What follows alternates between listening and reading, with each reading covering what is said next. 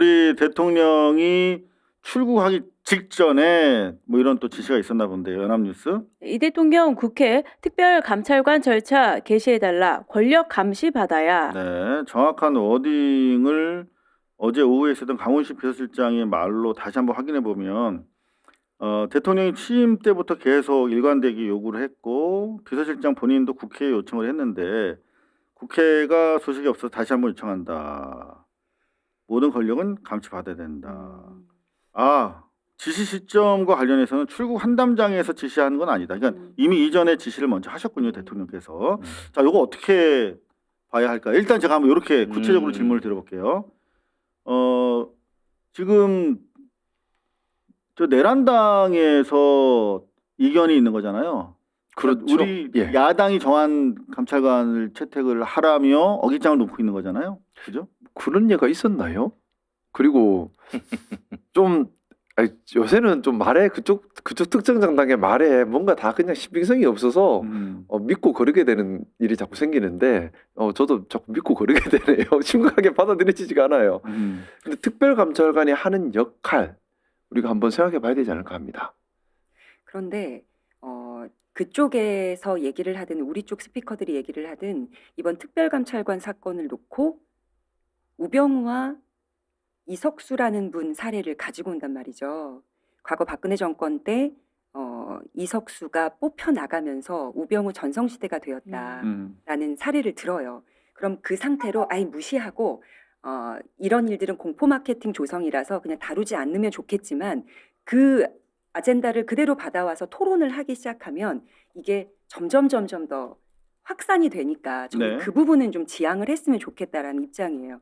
왜냐하면 어떤 얘기까지 뒤에 잡고 따라오냐면 네. 이것이 박근혜 정부에서 있었던 것처럼 대통령의 레임덕을 끌고 올 수 있는 키가 된다. 뭐 이런 발언들은 굉장히 위험하고 저는 이 자체의 아젠다 형성이 조금 불편하고 그걸 조금 더 나아가면 화가 나고 그래서 이걸 안 다루는 것이 맞겠고 혹여 다룰 거라면 정확하게 그쪽의 주장을 판판히 깰 수 있는 그런 주제를 가지고 와서 토론하는 게 맞다. 이렇게 생각을 합니다. 이거 민주당에서는 좀 속도를 내려고 하는 것 같은데 허재영 기자. 네. 요거 이게 이번에도 또 12월 막힐까요? 달이 하필 그때 이제 민주당에서 좀 원내대표 좀 교체 기간도 좀 있었고 그리고 또 이제 정청래 대표가 당을 좀 수습을 좀 잘 못해서 1인 1표 갈등 뭐 여러 가지 계속 막 터질 때였거든요. 그러는 바람에 이제 여야 이제 원내대표 간의 이제 협상이라든지 이런 것들이 막 늦어지고 하면서 그냥 같이 지금 이렇게 뭉개진 게 아닌가 저는 일단 그렇게는 보고는 있었거든요.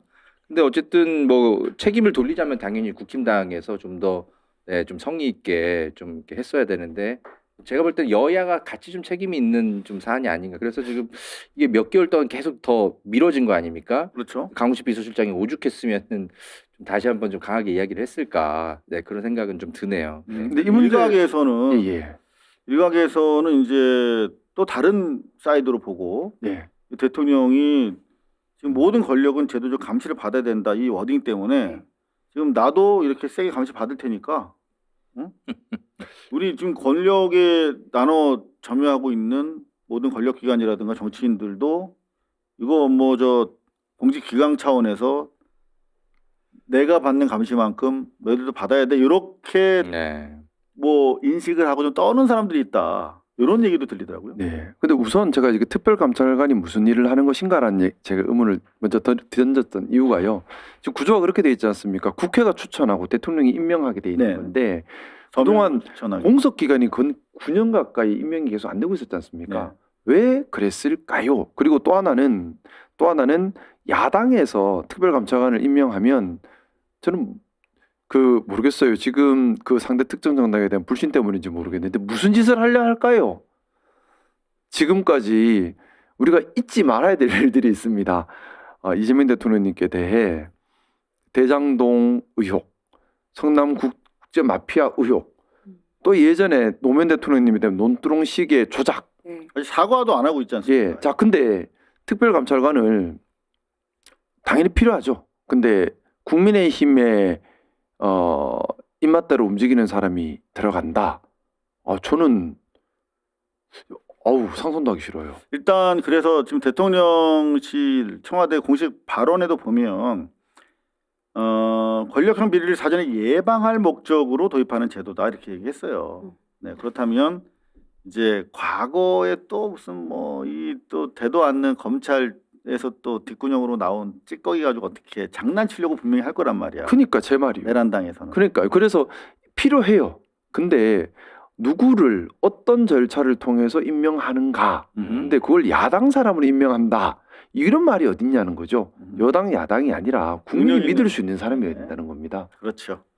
자, 그게 이제 민주당의 주장인데 근데 어. 우병우 수석을 자꾸 끌어오는 이유는 있는 것 같아요. 왜냐하면 그걸 정권 누가 끌어와요 주로? 그 스피커들이 언급을 다 같이 하거든요. 아, 우리 민주 진영의 에서도 해요. 스피커들도. 근데 네. 초반에 지금 이재명 정부 내각의 장관으로 있는 분들이 비난을 같은 진영 분들한테 많이 받았던 걸로 알고 있어요. 그 중에 한 분이 봉욱 민정수석이에요.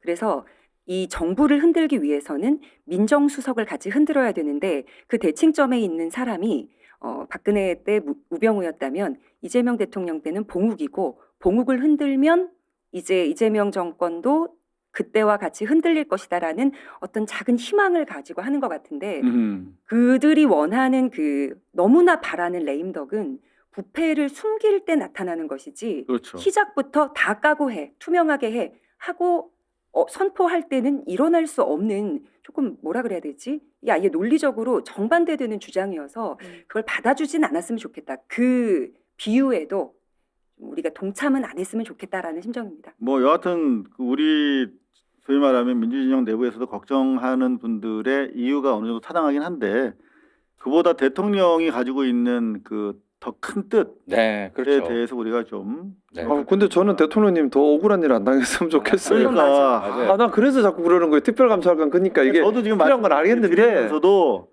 사실 제가 요즘에 청와대 출입하면서 조금 아까 뭐 우리 사전 토크하면서도 말씀을 드렸는데 조금 힘든 게 애로사항이 있으시죠? 대통령이 소위 말하면은 민주당의 정상적이고 아주 발전적인 건강한 모습을 우리는 국민들이 원하고 있는데 대통령은 그냥 여전히 뭐 민생, 여전히 외교 지금 이런 우리가 걱정하는 뭐 이를테면 지방에서의 이런 그 공천 과정에서의 잡음이라든가 어떤 당내 민주화라든가 이런 부분에 대해서 사실은 청와대에서 일부 참모들은 뭐 상당히 좀 걱정하는 분들이 있는데 대통령과 비서실장은 어떻게 하면 원유 더 가져올 수 있나? 어떻게 하면 일하기 바쁘시죠. 어? 우리 외교 관계 좀 돈독하게 많은 나라랑 할 수 있나? 그거밖에 신경을 안 쓰는 것처럼 보여 적어도. 그러니까 저처럼 이런저런 잡생각이 많은 기자는 사실은 조금 힘들다는 생각도 좀 들고 지금 이 와중에 이 진짜 특별감찰관 빨리 추천하라고 그래. 이거를 던지고 표표하게 순방 일정에 떠나는 대통령의 뒷모습을 보면서 참 여러 가지 생각이 드는 거예요. 그러니까 이런 거 잘 그 공개적으로 다시 요구하는 일 없도록 있어야 되는 자리가 일 잘해야 되는 자리가 정무수석 자리잖아요. 네. 홍익표 수석이 사실 정무수석이 되고 난 이후 여전히 이 당정 간의 소통이라든지 협의 이런 것들이 조금 잘 안 되고 있는 정황으로 사실 저는 좀 보이고 근데 물론 우리 의원님 말씀처럼 저 국민의힘에 저 계략에 또 빠져들면 안 되기 때문에 신중해야 되는 것도 맞는데 다만 이제 대통령께서 이렇게 거듭 의지를 보이셨으니까 이제는 좀 더 네, 당에서 더 적극적으로 자, 다음 테마로 넘어가겠습니다. 하긴 하더라도 네네. 조금 네. 인물을 맞습니다. 잘 검증해야 되니까 그렇죠. 인물 검증 기간을 저는 한 3개월 정도 네. 가졌으면 3개월 정도는 사실- 가졌으면 나는 여기에 손을 들어주고 싶은 마음이 있는 게 아니 4개월도 괜찮고요. 여야 간에 지금 대립하고 있지만 형식적으로는 그렇지만 사실 그 지금 저 야당이 내란 세력 아닙니까? 그러니까요. 저 내란 세력은 사실은 대화의 파트너가 맞는지도 저는 여전히 국민들은 걱정하고 있을 거예요. 바로 이제 우리 김 의원님께서 이제 그런 부분 이제 걱정을 하시는 건데 어쨌든 대통령님께서 한 번 더 이렇게 강하게 얘기를 하신 것에 대해서는 정청래 대표도 그렇고 원내대표도 그렇고 네, 귀 기울여야 될 것 같습니다. 자, 우리 일하는 청와대 대통령이 이제 안 계시면 조금 걱정이 쓰이는 건 맞습니다만 우리 든든한 정유 대사가 조금 전에 비서실장 수석 보좌관 회의를 했고요.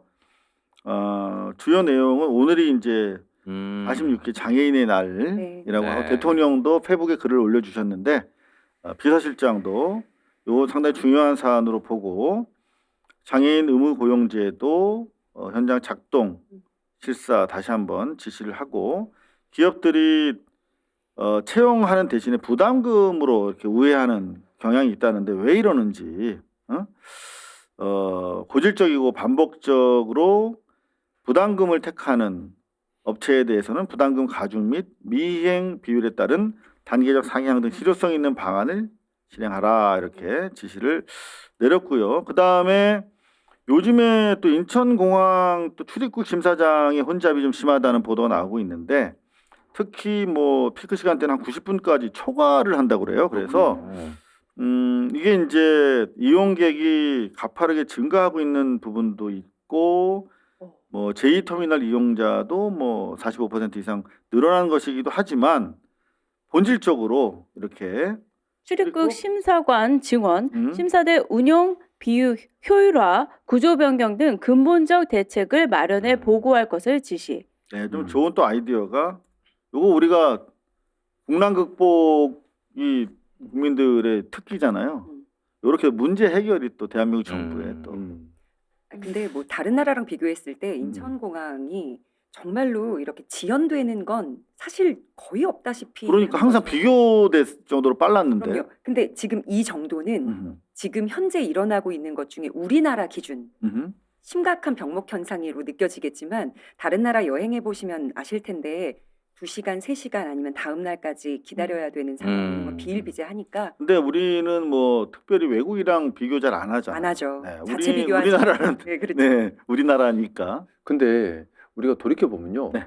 정말 그 나라의 이미지를 결정하는 게 이 나라 입국할 때 출입국 장애인 맞아요. 우리 그 미국 갈 때 미국 가기 싫어하잖아. 저 안 가요. 웬만하면 안 가요. 일단은 출입국장 가는 게 싫잖아요. 무슨 범죄인으로 범죄인 취급하고 여차하면은 막 돌아가라 그러고 그러니까 근데 그게 그 나라 이미지가 돼버리거든요. 맞아요. 고압적이고 그 나라의 유엔 본부 유치하려면 또 오는 사람들이 마음 편하게 오고 싶다 이렇게 해줘야 돼요. 맞습니다. 자, 근데 그래서 말인데 사실은 더 고쳐야 될 점도 많이 있습니다. 제가 외통이 있으면서 이쪽 저쪽 얘기를 들어보면 우리가 우리보다 잘 사는 나라 또는 소위 말하는 뭐 선진국들에게는 좀 쉽게 할 수 있도록 하고 있는데 몽골 또는 베트남, 인도네시아 이쪽에서 오는 분들한테는 다소 우리가 서비스를 개선해야 될 점들이 있어요. 아, 그런가요? 제가 특히나 몽골 그때 갔을 때 몽골 정부에서 공식적으로 그런 얘기를 하더라고요. 오. 우리 저희가 그때 예전에 의장님 모시고 우리 국회의장님 모시고 몽골 간 적이 있었는데 몽골 정부에서 계속해서 하는 얘기가 안 받아줄 것 같으면 아예 출발 안 하게 해주면 좋겠다. 아, 안 받아주는 경우도 종종 그러니까 생기나 보다. 비싼 돈 들여서 몽골 시민들 입장에서는 비싼 돈 들여서 한국까지 왔는데 공항에서 다시 돌아가라 하면 너무 이건 괴롭다. 근데 그런 불만을 얘기하는 나라 이런 나라들인데요. 사실 우리가 조금 더 서비스 개선을 할 필요는 있겠다는 생각이 우리도 들고 그런 예. 그런 이게 우리나라의 이미지거든요. 그럼요. 그렇죠. 알겠습니다.